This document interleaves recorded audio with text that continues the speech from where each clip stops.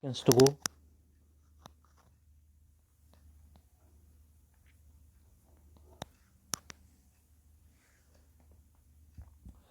Start. Allegations in the applications show that he is more interested in litigation and winning the battle against the appellant number 1 rather than acting in collaboration with her for the benefit of the child. The learned counsel further submitted that the Indian medical system is better suited for taking care of the minor son, and even the appellant number 3 is a doctor. She submitted that it is not in the interest of the minor son that he is taken to USA. She submitted that considering the unique facts of the case, the larger bench decisions of this court in the cases of Nitya Supra and Kanika Supra are applicable. She submitted that the said two decisions constitute binding precedents and the cases of Lahiri Supra and Yashita Supra are exceptions to the general rule. She submitted that the concept of forum convenience has no place in the guardianship proceedings. She submitted that this is not a case of abduction of the child, as the child was brought to India with the consent of the respondent number 1 for the purposes of medical treatment.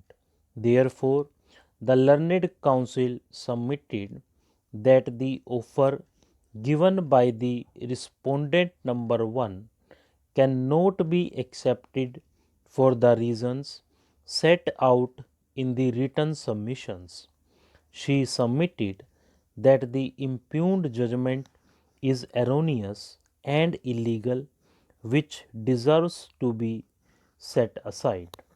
After considering the said aspects, the High Court issued directions in paragraphs 55, 57, and 58, which we have already quoted above. The factors considered by the High Court were certainly relevant.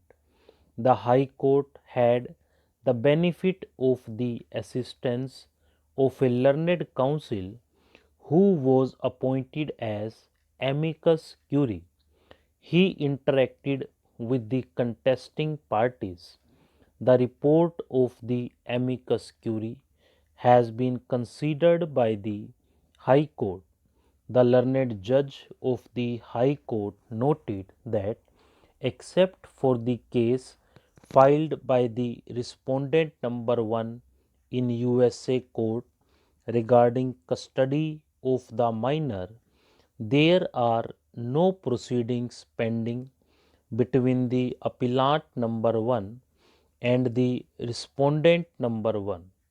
It was also noted that the welfare report dated 17th December 2019 of visiting consular of US Embassy records that the appellant number 1 informed that her aunt picks up the minor child from school and brings him home each day and stays with him throughout the day while the mother and grandparents are at work.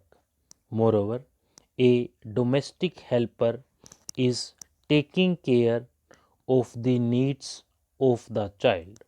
Therefore, the appellant number 1 is not devoting her whole day to take personal care of the minor and to attend to the needs of the minor child. The High Court noted that, on the other hand, an affidavit has been filed by the respondent number 1. Stop.